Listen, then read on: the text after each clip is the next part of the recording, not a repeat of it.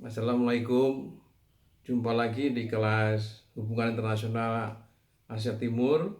Kali ini melanjutkan sedikit tentang Korea, yang sesi ini membicarakan tentang sekitar perang Korea sebab akibat itu maupun satu peristiwa penting yang menurut saya menjadi bagian dari Korea modern dewasa ini adalah peristiwa Korea ketika ada krisis moneter tahun 98. Kita mulai dari tentang perang Korea. Seperti yang kita pernah pelajari minggu sebelumnya tentang Korea yang terbelah ya. Maka sebenarnya pembelahan kedua Korea itu sekali lagi hanya dikarenakan Jepang kalah, lalu si pemenang perang, dalam hal ini adalah perang dunia kedua ya, si pemenang perang dengan serta-merta tanpa melibatkan Jepang karena dia udah kalah, tanpa juga melibatkan orang Korea, itu negara itu dibelah begitu saja ya,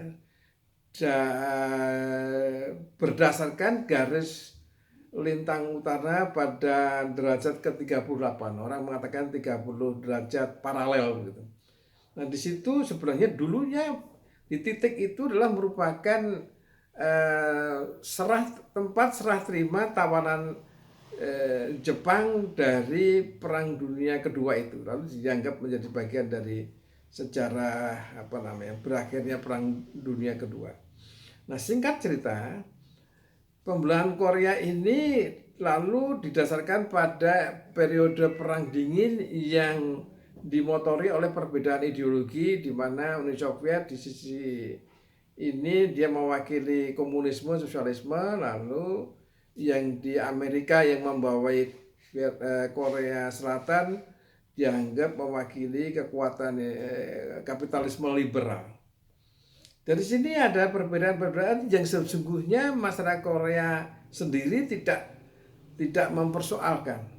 Sampai suatu ketika karena perbedaan itu meruncing, lalu ada pecah perang Korea yang secara kesejarah itu dicatat terjadi antara tanggal 25 Juni tahun 1950 sampai dengan 27 Juli 1953. Nah, perang ini dianggap perang aneh karena nggak ada yang mengakui siapa yang main begitu. Walaupun ya yang terlibat ada banyak ya.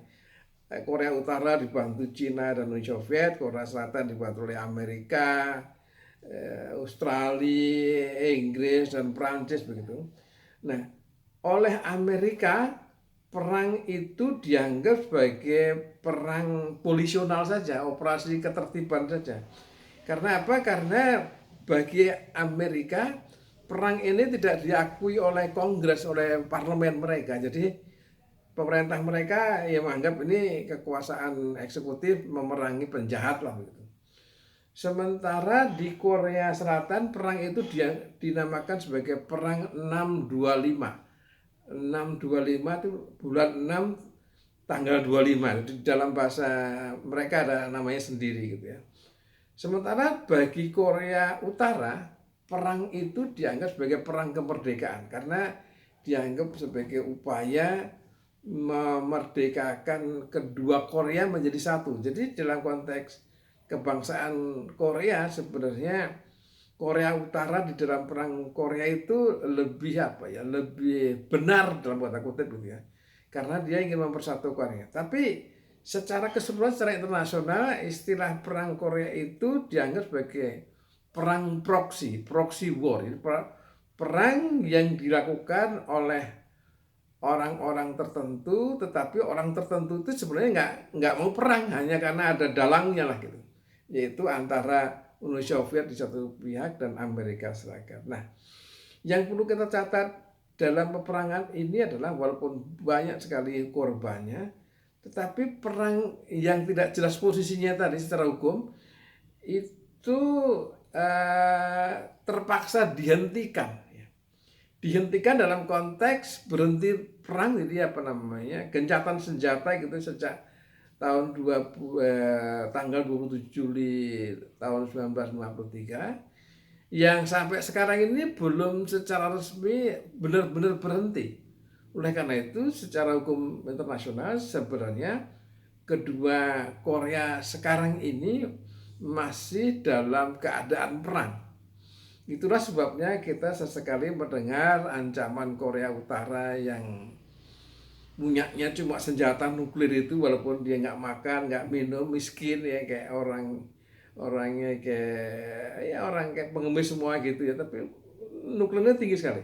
Sementara Amerika apa namanya Selatan yang di Amerika yang dimotori oleh Amerika ini lebih bebas, lebih terbuka, sehingga tidak perlu takut dengan ancaman seperti itu. Jadi perang Korea itu singkat cerita merupakan perang yang dilakukan oleh kedua Korea. Maksudnya terjadi di Korea yang seolah atas nama Korea Selatan dan Korea Utara, tetapi sebenarnya penyebab utamanya adalah bukan dirinya sendiri. Oke, jadi yang penting kita catat sebenarnya ini belum selesai, hanya gencatan senjata saja. Dan ini paling suatu peristiwa paling aneh di muka bumi di dalam hubungan internasional, karena ya hanya di sini saja peristiwa itu terjadi. Oleh karena itu di buku saya tentang Indo-Pasifik itu, salah satu keadaan yang secara hukum maupun secara realita politik belum nyaman, belum damai di muka bumi ini adalah di semenanjung Korea ini, yaitu Korea Utara. Oke, kita sekarang lompat pada krisis moneter. Jadi singkat cerita, ini memang sudah agak berlainan dengan tadi perang Korea, karena peristiwanya terjadi di tahun 1998 ya, jadi 40 tahun kemudian, 45 tahun kemudian, ketika ini kita lebih cerita tentang Korea Selatan ya. Korea Selatan itu seperti juga negara-negara industri liberal lainnya, utang itu biasa saja, orang kaya tapi berutang itu biasa saja. Nah, singkat cerita, pada awal tahun 1998 itu ada satu krisis keuangan di Amerika ya, yang di Amerika itu dolarnya menjadi bagian yang sangat penting dari ekonomi dunia, di mana kira-kira adalah ada satu krisis keuangan yang membuat banyak penghutang di muka bumi ini harus membayar utangnya dengan dolar sedemikian rupa. Sehingga apa? Sehingga nilai dolar itu tiba-tiba menaik begitu saja, meningkat begitu saja, termasuk di Indonesia. Dulu kejadiannya dari Bangkok, kemudian Kuala Lumpur, ke Jakarta, lalu melompat ke Korea, karena ini negara-negara yang baru berkembang, yang industri sangat maju, biasanya kita pada ngutang. Nah, singkat cerita, untuk memudahkan pembicaraan, para negara-negara yang berebut mencari dolar untuk bayar utang itu berhadapan dengan dua pilihan yang sama-sama sulit. Yang pertama adalah ya sudah, utangnya dibayar, nggak usah ngutang lagi aja, kita jual apa saja lah gitu.